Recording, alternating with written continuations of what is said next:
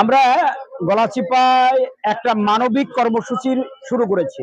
আজকে তার উদ্বোধন হলো। গতকালকে একই রকমের একটা কর্মসূচি গলাচিপা কলেজ ব্রিজের কাছে কাঁচা বাজারে উদ্বোধন করা হয়েছে। সেটি হচ্ছে আমার বাজারে অসহায় মানুষের ভাগ। যেই সমস্ত মানুষগুলো বাজার কিনতে পারে না, আমার টাকার অভাবে সে তরকারির দিকে তাকালে পরে চোখে পানি আসে, কিন্তু বাজারে টাকা নেই বলে বাজার করতে পারে না। ওই মানুষগুলো বাজার থেকে ফিরে গিয়ে মরিচ দিয়ে বাবা ছেলে মেয়েদেরকে ভাত খাওয়ায়। এই সমস্ত ইতিহাস আপনারা জানেন।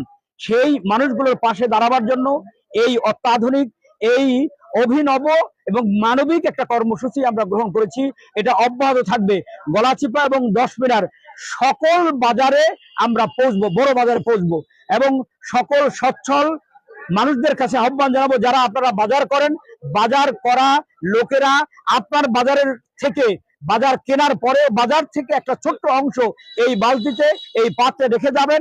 ইনশাআল্লাহ আমরা ওই মানুষগুলোর কাছে পৌঁছাবার জন্য সংশ্লিষ্ট ব্যবসায়ীকে দায়িত্ব দিয়েছি।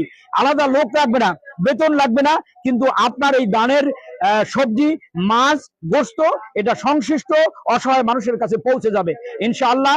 আমরা আশা করি, উদাত্তভাবে এই আহ্বান জানাবো, সকল মানুষ এই কর্মসূচি বাস্তবায়নে শরিক হবে, সকলের সহযোগিতায় এই কর্মসূচি সফল হবে। সবাইকে ধন্যবাদ। আসসালামু আলাইকুম।